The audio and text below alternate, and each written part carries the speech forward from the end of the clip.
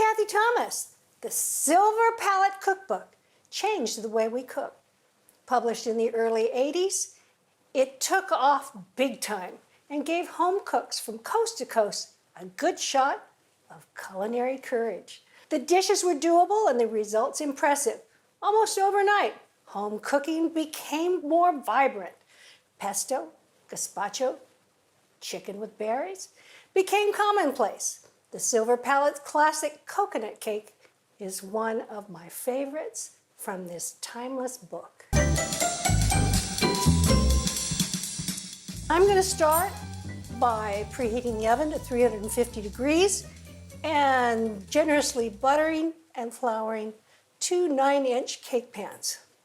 So now for the batter. It's a little different than the most layer cake recipes in that it uses oil rather than butter. And the dry ingredients go in with a lot of wet ingredients. Let's take a look.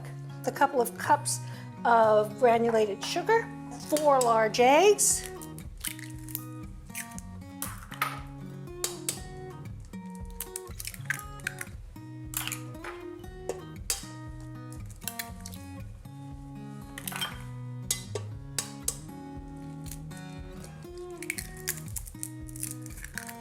okay, and then using the whisk attachment, I'm going to beat this for about a minute, medium speed. And now all the rest of the ingredients go in. We want 1 cup of oil, and it can be good vegetable oil or it can be extra virgin olive oil. And then a cup of dry white wine, and this is an Italian Sauvignon Blanc that is a favorite of my husband's. We'll tell him later that we used it in the cake. I don't want to put any wine into a baked good or anything that's cooked that doesn't taste good enough to drink. And this certainly tastes good enough to drink.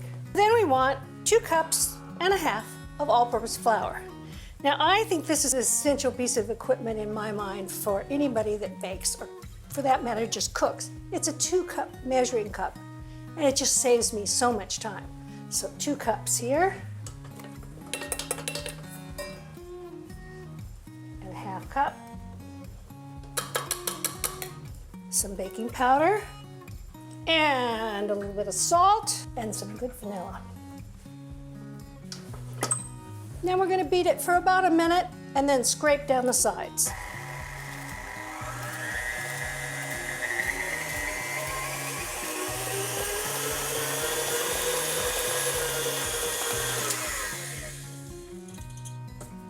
Coming in with a silicone spatula and about a minute more.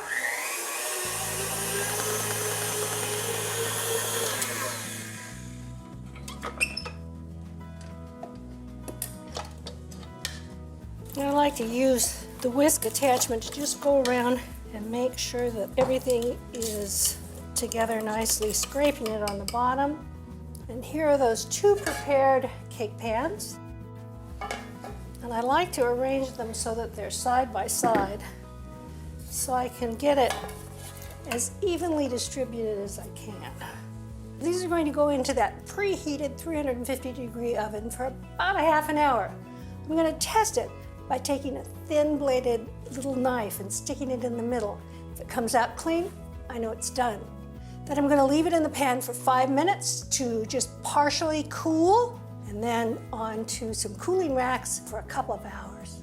The frosting is so easy. When you're out buying that 2-cup measuring cup, get an extra bowl for your mixer. It's so handy. All right, so we want 2 cups of sour cream. It should be chilled, a cup of powdered sugar, and a little vanilla, and 5 cups of sweetened shredded coconut. And I'm just going to use my paddle attachment, mix until it's well combined.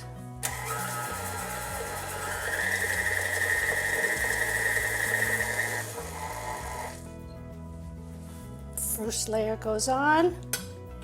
Try to put it in the middle. How thick you make the filling inside will determine how you're going to finish it off. I'm making it not so thick because I want enough frosting to frost the sides of the cake. But that's just me. And you know, this cake is so wonderful for so many different occasions. Often I serve it on Easter and surround it with colorful little jelly beans. If coconut isn't your thing, fill it with whipped cream that's whipped with powdered sugar and fill it with strawberries. And I want to take it all the way to the sides. And then I'm going to come back with more, scoop it on, and take it over the edge. If you end up with some gaps at the bottom, don't worry about it, because we're going to add some berries. Here's some blackberries and some strawberries that I dusted with a little sugar, a couple of teaspoons of Grand Marnier, tossed it, and this is going to add a little nice sweetness to the berries, and they're going to look beautiful around the edge. So let's doll it up even a little further, just one side with some pansies and some berries. These pansies are out of my garden. I don't use any pesticides, so I know they're going to be just dandy. But you can buy edible flowers at fancy supermarkets. Strawberry blossoms out of my garden. Pretty, huh? It took just minutes to put it together. And if you like coconut, you're going to love this cake. Here's a quick tip from Melissa's. Make a vegetarian version of this Moroccan couscous if you like, or serve it as a side dish with roast chicken or lamb. Start by roasting the vegetables. And I have some butternut squash that's been cubed and some carrots of different colors that have been cut into 1-inch chunks, and also some sliced onions. So these went into a 400-degree oven for about a half an hour. And I like to get a little bit of gold on them, so I put them under the broiler for about a minute. Next, we want to cook off the couscous. But first, we need to steep the cooking liquid with some beautiful augmentation. So I've got a cup and a half of broth, and that can be vegetarian or chicken.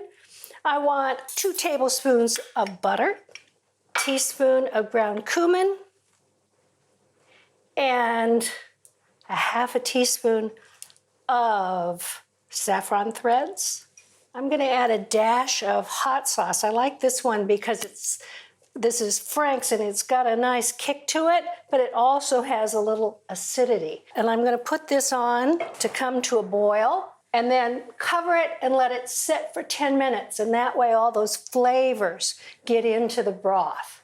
So in the meantime, let's cut up some things that we're going to need at the end of the recipe. And this is an interesting shallot because it's a French shallot and it's shaped like a torpedo, and it's easier to work with, I think, than the shorter version that kind of gets away from you. I'm going to talk a little bit about what I do to parsley when I get it home from the market, because it can go bad on you fairly quickly if you don't do this. So what I do is I just have a little bowl of cold water in the sink, and I swirl it around in that cold water, and then I drain it a little bit and wrap it in a towel, and this towel is moist, and then I just put that in a plastic bag like so in the refrigerator, and it'll stay good for at least a week that way.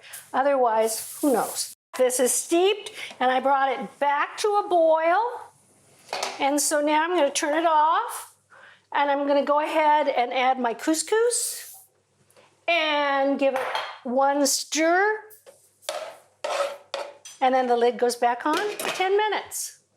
Okay, the couscous is done. Our veggies, oh, I like how they're caramelized on the bottom. Our shallots or red onion, either one. And we need some green in there. So we're gonna chop up some parsley, and we need to taste. Because generally I put a little bit of salt in the broth, and I forgot to do it today, so I may have to add a little salt. I do. I like to add a little citrus to this. I think it's really helpful, and I'm going to do it in 2 different ways.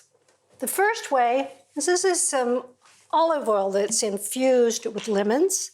I'm also going to add some pixie tangerines. Now these tangerines come from family farmers in the Ojai Valley, and they really have a wonderful flavor. They're very juicy and sweet.